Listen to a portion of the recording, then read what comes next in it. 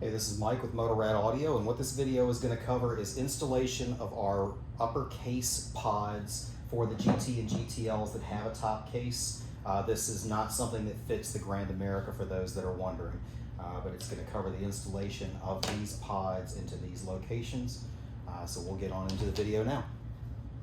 So to start with, we have this one that's already been modified for the pod. So what you're attempting to do is to place your pod on here in the proper location. Go ahead and mount it to it, trace out this hole that we have cut, and install this speed clip that is made for mounting the rear tip of it. The holes that you'll be cutting doesn't necessarily have to be this big. It certainly has to at least be this section here. It's just easier to get back here and work with it if you go ahead and open it the rest of the way up. You've already made the modification, so it's not really going to be that big of a deal to make the hole a little bigger. The one thing is when you're cutting this, you're going to have to use a tool that only goes to a very shallow depth, because as you go past here, you're going right past the actuator shock that does the opening and closing of the tour pack. You can disassemble this entire thing to do the installation. It is quite complicated. You may want to take it to the dealer that has a full set of instructions to be able to do it, because it's very time consuming and very difficult. We have found that it's very straightforward. If you have something with an adjustable depth on it to cut this hole, there's no need to take any of that apart and save yourself a tremendous amount of time. So what we'll do is we'll flip it around to the other side and kind of get into the step-by-step of how you want to handle this. Okay, so first things first, you're going to want to tape off this area. That way you have something to trace the hole that you're going to be cutting with, and you don't inadvertently scratch something. Take your pod, put it in the proper placement, which will be pretty obvious. Everything will line up. Throw an 1/8 inch drill bit in your drill. Go through these two recessed holes, just enough to kind of score where the hole should be. It's very difficult to hold the pod, drill the hole and everything all at the same time. So now that you've scored those two areas, go ahead and drill a hole with your drill bit.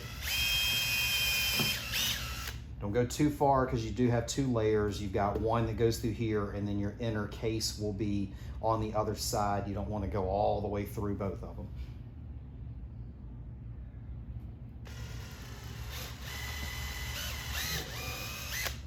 So now that you've drilled those two holes, there will be two stainless sheet metal screws that come with the kits. One will be shorter than the other one. The short one is for the top, the long one is for the bottom. So place your pod on there.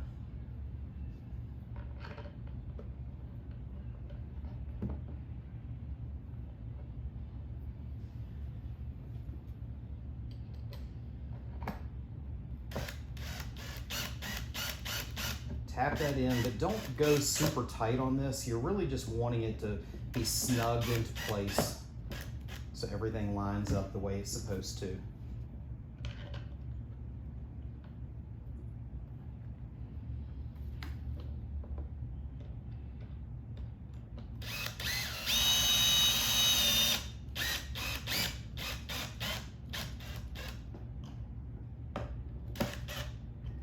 Once you've got those snugged on there, now you have a template for where you can trace out with a Sharpie the hole that you're going to be cutting.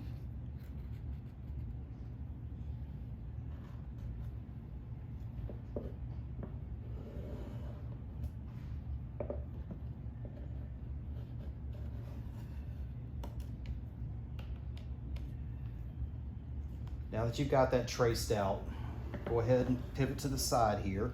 There'll be one hole on the tip that you're going to be mounting as well.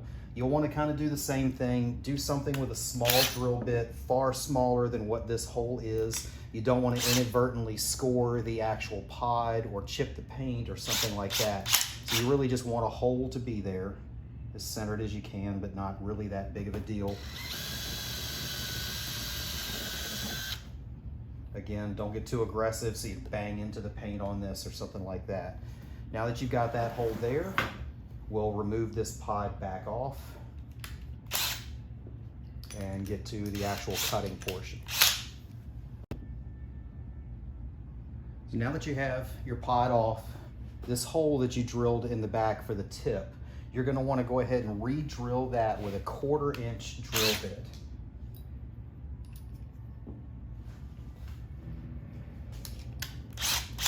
So what that's going to do is open up the hole proper for this stainless speed clip that's going to go here as part of the mounting.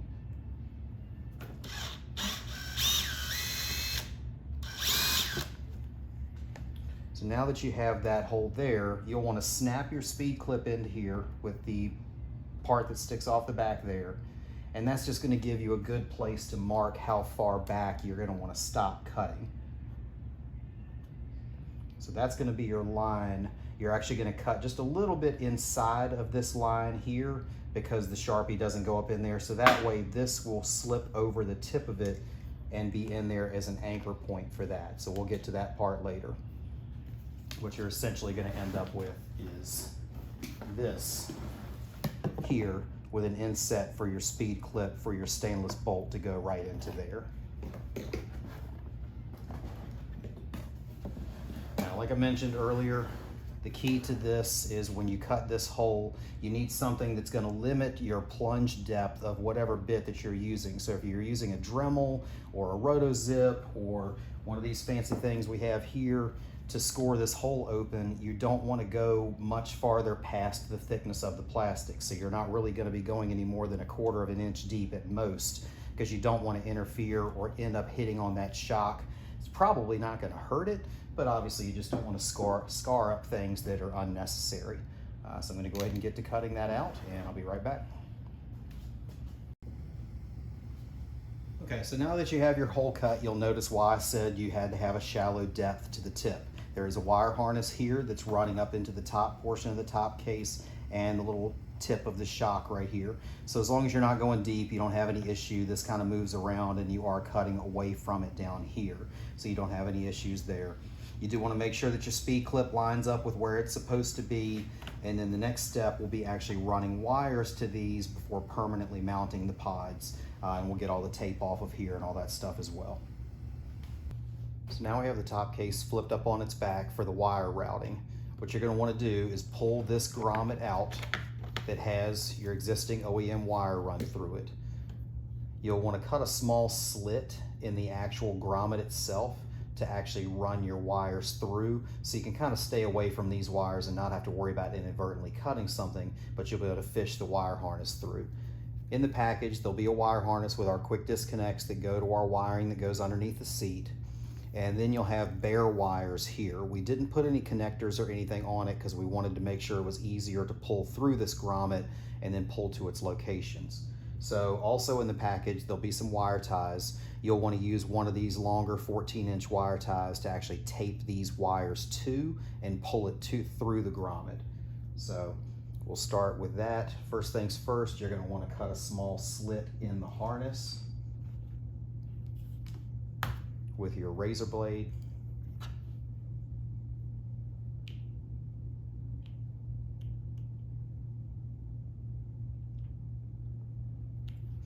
Once you've done that, take the tips of your wires here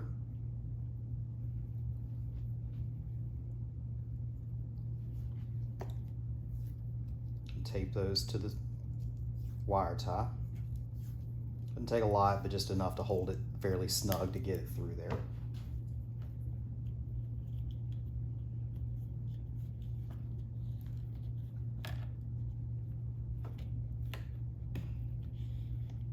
The wires are differing lengths because there's longer wires to go to the other side. So once you've gotten that through, you can kind of pull the excess of the other two wires, the red and black, to get everything to the same length.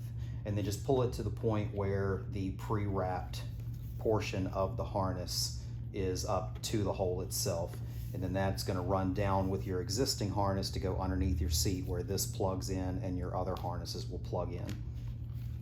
Now that you've done that, you can use that same wire tie to go up through this hole and around the corner to fish it towards your pod.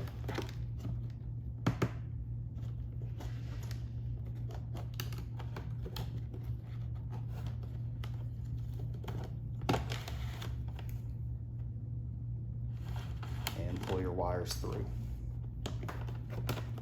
and pop your grommet back into place.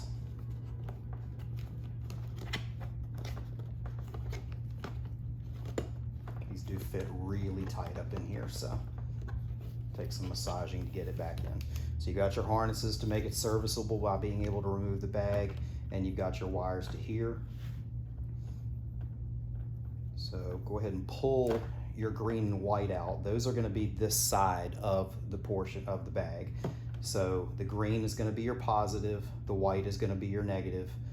So you'll crimp your connectors on the end of that for connecting to the speakers. You also may want to tape these up just to make it a little more together and less flopping around in here behind the scenes, but a little more cosmetic as well.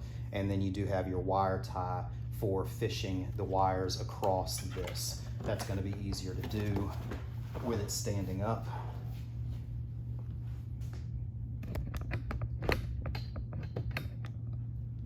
So as you fish those along the bottom here to the other side, it's a fairly straight shot, so gravity will do its job and bring it right through to where you've got those on the other side. Again, before pulling those through, I would probably wrap them in some tape or something, just so you don't have as much jiggling of wires going on while you're going up the road, that sort of thing. And that should cover you there for getting your wires through.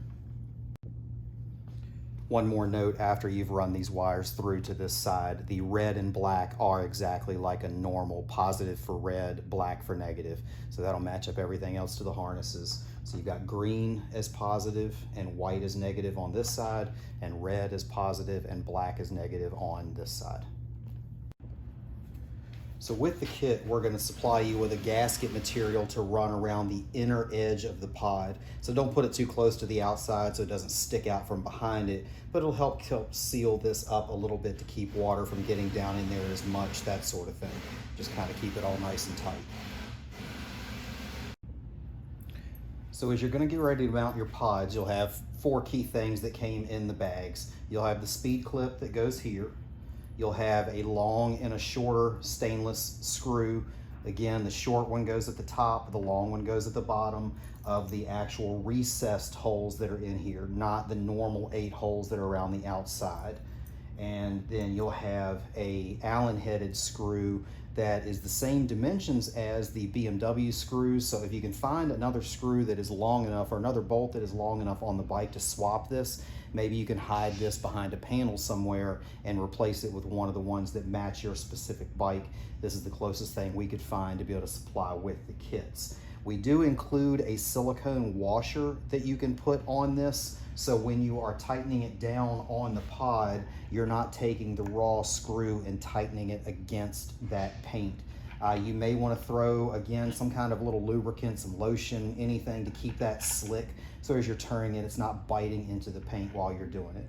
All right, let's go ahead and get to mounting this on there.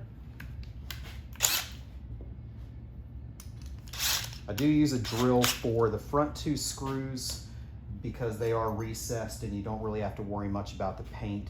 But every other screw on here, the Allen as well as the screws that hold the speakers themselves on, I would not suggest using a drill for that. These holes here are machined specifically for the screws that are going in there. The last thing you want to do is get overzealous with them and end up scarring the threads, because you would have to re-tap these, which is not really that great of a thing to have to deal with. Also, if you're doing this part with the bag, the top case on the bike, it is much simpler. When you're trying to do it by yourself and this thing is moving all around, it's quite annoying.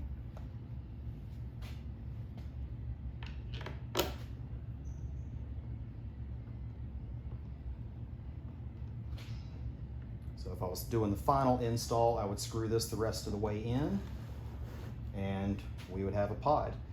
Crimp your positive and negative connections to be able to plug into your speaker. The grills that are supplied with them do fit this front end perfectly. Again, there will be 8 machine screws that screw in for holding your speaker. The reason there's 8 when the speakers have 4 is some speakers have different orientations of how they aim the speaker. So if you're putting in an ARC audio, you might be using these 4. If you're putting in an Infinity Kappa, you might be using these 4. So you're only going to get 4 of those screws to use with those holes, but it'll vary depending on how you want to clock the speaker itself. So I'll get the rest of this finished up on the other side. It's identical to this side, and add on some pictures at the end of what the finished product should look like. If you have any questions, definitely just let us know. We're constantly adapting things. We're happy to help you out with anything that you may run into. Thanks.